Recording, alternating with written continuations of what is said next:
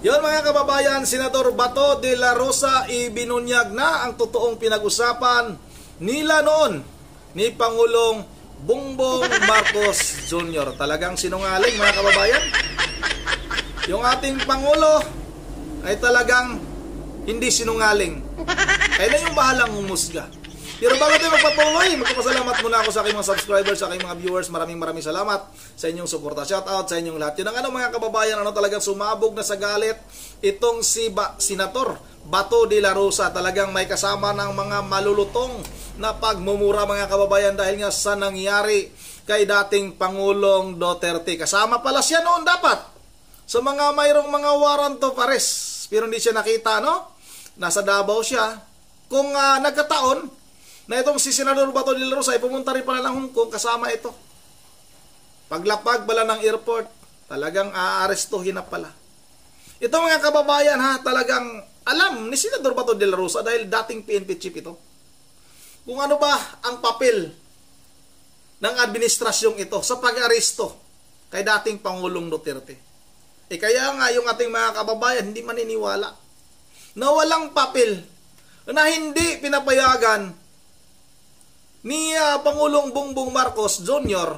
itong pag-aresto kay dating Pangulong Duterte. Sila mismo mga kababayan at inamin mismo nitong si SALG Secretary Remulla, yung may pamangkin. Naalala nyo pa ba yung pamangkin nito na hulihan ng napakaraming droga, na naabsuelto kagad, na wala ng investigasyon, at yung PDEA na nakahuli nito, yung nag-aresto ay natanggal. Imbis sila yung gumagawa ng kabutihan, sila pa ay natanggal. Tapos acquitted kaagad itong pamangkin, itong si Remulla, na anak ni DOJ Secretary Boying Remulla mga kababayan. Paalala ko lang sa inyo ulit. Ito na mga kababayan, Senador Bato de la Rosa talagang galit na galit. Handa na itong lumaban sa pamahalang ito. Handa na itong ipagtanggol yung kanyang karapatan. Ito na, sabay-sabay natin itong panoorin. Magandang gabi sa ating lahat!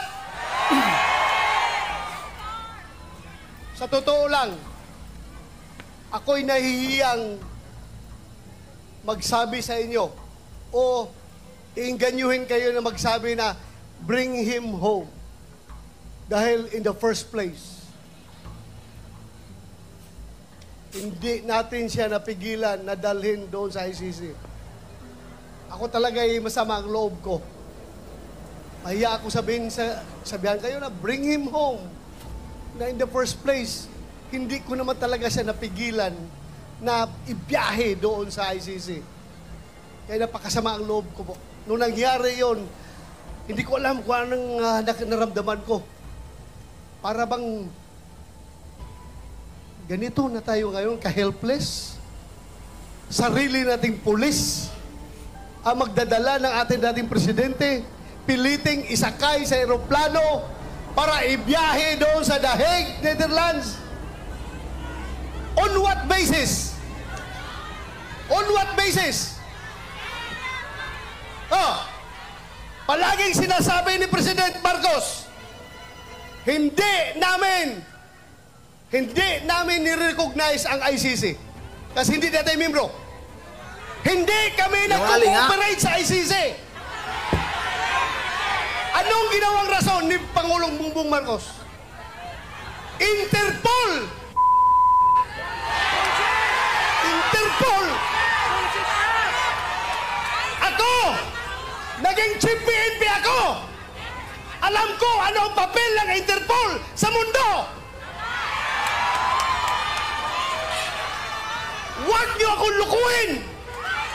Tama! Commitment sa Interpol! Interpol! Presidente ka! Presidente ka ng Pilipinas!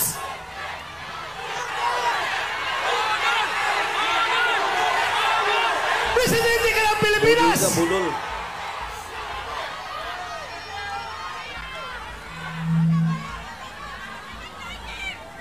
Presidente ka ng Pilipinas! Magpapressure ka sa Interpol? Ha? lumabas, mas gigil na gigil, mas atat na atat sila kaysa Interpol, kaysa ICC. Atat na atat sila na ibiyahe si Pangulong Duterte. Totoo yan. Di ba katungkulan na ating gobyerno ayon sa ating konstitusyon to protect, to serve and protect the Filipino people? Siniservisyohan niya? Yung mga dayuhan, hindi ang Filipino people. Kasi ang Filipino people, yun ang pinadala niya doon sa dahig. Alam nyo, habang kinakarga siya sa aeroplano, nag-struggle sila doon. Wala na ko ibang magawa. Dahil nandoon ako sa Davao, kino-coordinate ko yung ating yung petisyon na ginagawa natin na hindi nakahabol.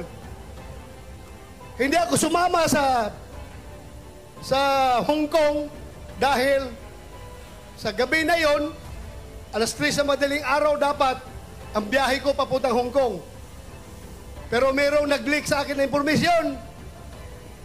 Hindi pa rin tulog ang Diyos. Nagsabi na, sabihan mo sila na may warrant na si President Duterte at si Bato. Uhulihin sila pagbalik na dito, galing sa Hong Kong. So tinawagan ko si Bingbong Villaldia. Sabi ko, sir, meron ng warrant. Hindi na ko habol dyan. Asikasuhin ko na lang yung petition natin dito. Petition for certiorari and prohibition. Kinordinate ko yung ating mga abogado. Sila tornitor yun. Pero nung kinarga na siya, wala na ko. Ano bang gagawin ko? Alam yung nagawa ko? Naghanap ako ng tao na kakilala yung piloto ng eroplano. Pinasabihan ko yung piloto, sabihan mo, pag gawin niya yan, ibiyahin na si Pangulong Duterte. He will go down in history as the pilot na naghatid sa pinakamabait, pinakamahal na Pangulo doon sa dahig. Sabi ko, merong nagko-communicate sa amin dalawa. Sabihan mo,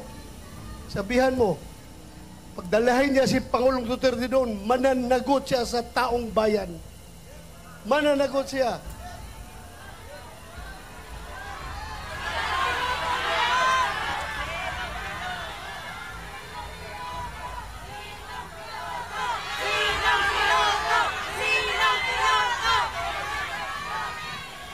Alam niyo, ang nakakasama ng loob ko.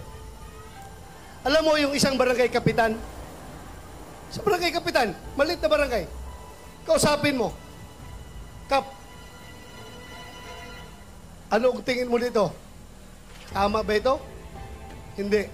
Sabi na kapitan sa'yo, sir, ikaw naman, sir. Pareho tayong lalaki. Hindi pwede yan, sir. Hindi talaga. So may isang salita. Pero may nakausap ako isang presidente.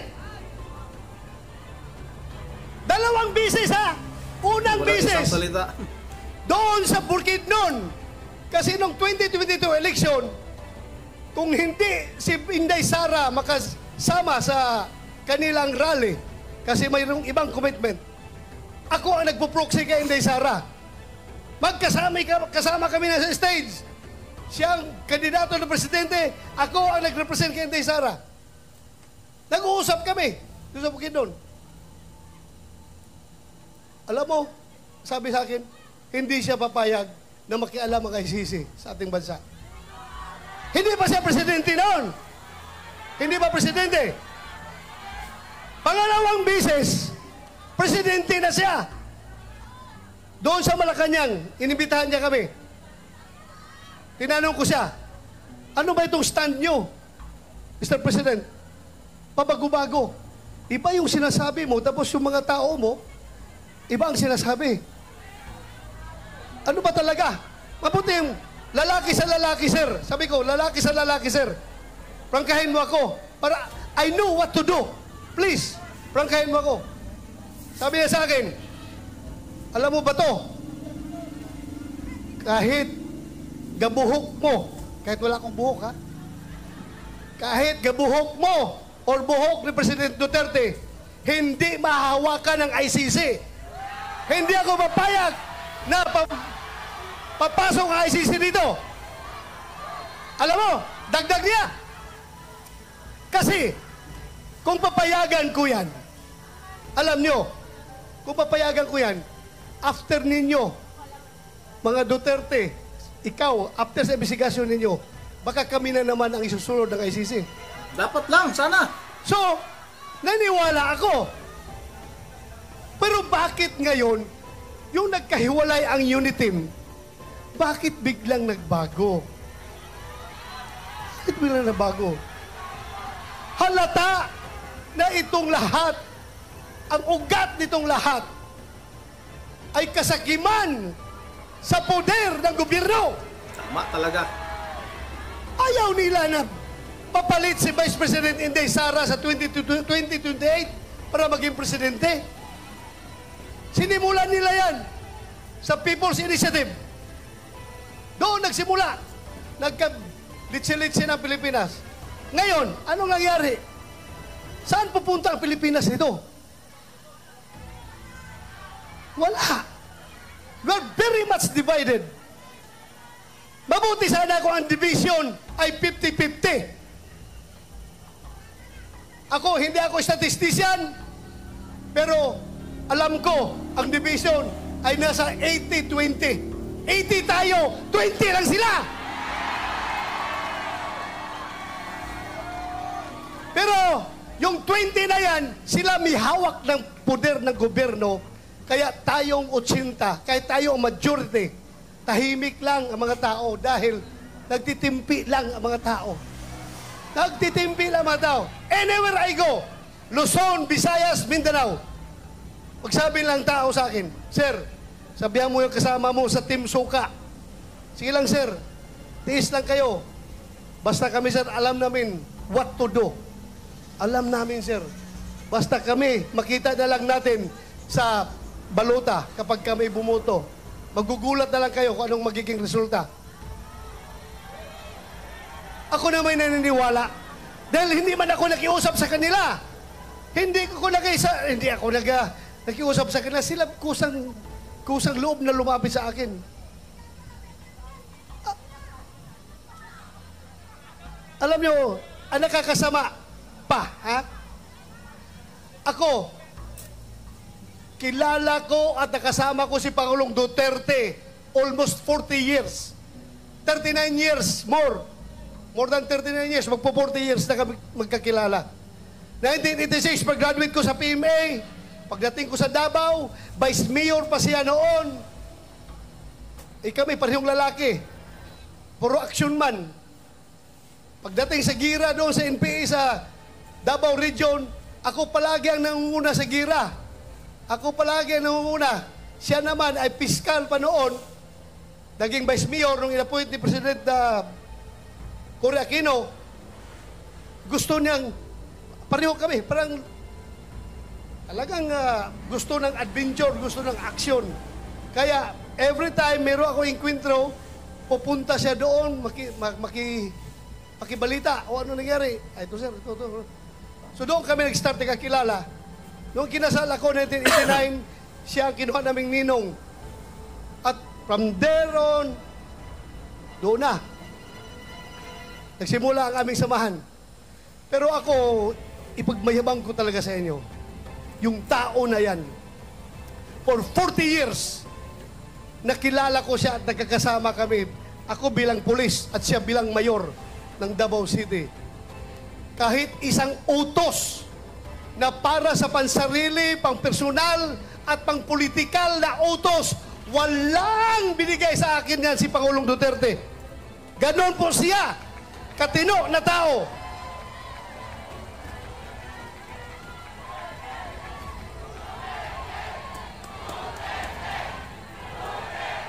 Tao. Kaya mga kaibigan, pagdating ng araw, ako ayaw ko sana kayo isama sa problema ko. Ayaw ko idamay kayo. Pero pagdating ng araw, nalalabas yung warrant of arrest ko, huhulihin ako ng PNP. Ito lang masasabi ko sa inyo. Ito lang masasabi ko sa inyo. Lahat ng ginagawa nila ay illegal. Kasi yung warrant of arrest na kanilang siniserve sa atin, hindi yan nanggagaling sa competent authority.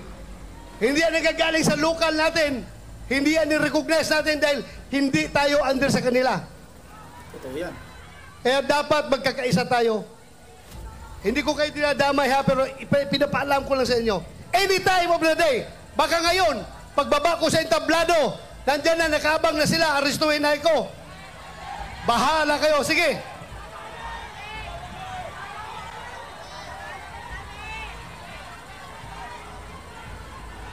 Kawawa ang Pilipinas! Totoo yan. Ganito na lang. Ganito na lang ba tayo? Kawawa. Sana magising kayong lahat. Pero ako, don't get me wrong. Ako po'y nakikiusap sa inyo na kahit kayo'y galit na. Kahit kayo'y nanggigigilan ng gusto dyan. Dahil sa inustisya na ginagawa nila, ako pa rin na nakikiusap sa inyo. I am appealing for your sobriety. Sana kalma lang tayo. Huwag tayo gumawa ng dahas. Dahil pagdating sa dahas, bibigyan natin sila ng rason na mag-declare ng martial law. Tama, tama. Diba? Huwag niyong gawin yan. Huwag niyong gawin. Huwag kayong gumawa ng dahas. Huwag natin sila bigyan ng rason para magdeklara ng martial law. Kailangan tayong lahat ay kalma lamang. Pero, sulit, nagkaisa at gustong-gusto na ibalik si Pangulong Duterte dito. Bring him home! Bring him home! Maraming salamat! Magandang gabi sa ating lahat! At huwag niyong kalimutan, hindi lang sa sigaw natin na bring him home, kundi individually. Magdasal tayo sa Poong May Kapal na sana yung sitwasyon ni Pangulong Duterte doon ay kayang-kaya niyang malusutan yon at sana magtatagumpay siya sa kanyang laban. Yun lang, maraming salamat at magandang gabi sa ating lahat. Thank you. Yun na mga kababayan, sa sa kapangyarihan, gusto talaga nilang mananatili sa kanilang posisyon. Ayon kay Senador Bato de la Rosa. Senador ito talagang mayroong alam ito sa kanilang plano nitong administrasyong ito. Itong si Pangulong Marcos Jr., kayo na balang humusga kung nagsasabi ba ito ng totoo? Sinungaling itong mga kababayan? Sobra. Tama, huwag tayong gumawa ng dahas. Huwag tayong gumawa ng paraan para magdeklara ito ng martial law. Itong pamahalaan ito. Tama lang siguro magsasalita tayo, pero ang problema nito, pag magsalita tayo, sabihin naman nila fake news. Kakasuhan tayo. Wala pa tayong ibang magawa. Pero mga kababayan, patuloy pa rin tayong magsasalita.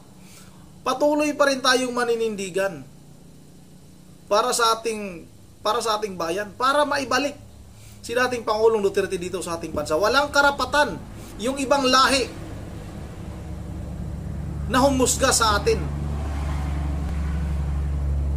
Alala ko lang, yung mayroon nga akong na sigurong ikwento dahil dayuhan din yun. Talagang ipaglaban natin yung ating karapatan dito sa ating bansa. Bukas ulitin ko bukas. Nasabi ko na sa isa kong upload video na may gagawing karaban dito bukas isang karaban at prayer rally para nga maibalik. Bring him home. Kay dating Pangulong Duterte dito sa ating bansa. Magsimula sa Ubay, yung pinaka-starting point. Tapos ang alam ko ay dito sa May Carmen, magtatagpo lahat ng mga taga-suporta ni dating Pangulong Duterte dito sa Bohol, sa lalawigan namin. Mananawagan ako sa lahat ng mga taga-Bohol, lumabas na kayo sa inyong mga bahay. Kanya-kanya ito kanya-kanya itong gasolina. Walang sponsor nito. Sarili nating pira, yung panggasolina, yung pangkain, magbaon na lang siguro tayo para makatipid tayo sa ating mga kababayan dito sa ating lalawigan sa Bohol. Ipaglaban natin yung ating karapatan. Huwag tayong matakot na magsalita dahil yan lang yung paraan para maiparating natin sa pamahalang ito na mali yung kanilang mga ginagawa. Yun ang andito na lang muna. At bago tayo magtatapos ay mag-shoutout tayo. Mag-shoutout tayo sa lahat nating mga supporters. Sa mga taga-suporta ko, sa mga manunood natin, kahit na kumunti tayo. Dahil nga, lumipat tayo, hindi na tayo pro BBM. Hindi katulad noon na talagang marami tayong mga viewers. Mananawagan tayo bukas baka mag-live tayo bukas sa ating gagawing pagsama sa karaban dito sa aming lalawigan sa Bohol. Magsimula yan ng mga alas 4, baka makapag-live tayo mga kababayan, abangan nyo sa mga viewers natin, sa mga taga-suporta natin, para mapakita natin yung suporta natin kay dating Pangulong Duterte. Shout out tayo kay Umi Rebilla. Shout out kay Umi Rebilla, kay Rumi Masaglang. At lahat-lahat shout out kay Ma'am Edisa Borby, kay Mel Marley David, kay Lala Defender Marita Caniva. Shout out sa aming trabahada Cooper ng Boracay, kay Ma'am Berje Religious ng Pulilan, Bulacan, kay Jing Salvador. Ito yung kay Jing Salvador na, "Hi sir, my name is Prisia Palacio. Sir, I'm turning 21 years old." Di ko kasi makita itong itong komento na ito ni. Itong komento nito, di ko kiniklik ko, nawawala. Shout out na rin kay Joel Gonzales, kay Daryl Fuentevilla. Shout out. At sa mga nagtatanong pala kay Labrador, di ko muna nabisita yung kanyang YouTube channel. Dahil dito muna tayo sa tawag nito mga kababayan, kailangan nating ipagsigaw, tawag nito mga kababayan, ipanawagan sa ating pamahalaan na ibalik si Pangulong Duterte dito sa ating bansa. Shout out na rin kay Idong Garchi. Shout out kay Roy Alungan, kay Ma'am Joyce ng Japan. At sa lahat-lahat, maraming salamat sa inyong support. Shout out sa inyong lahat. God bless. Pamber Gibraldi Diyos ng Pulilan, Bulacan, sa kanyang mga apo, shout out. Once again, this is from the TV. Mga lahat. God save the Philippines.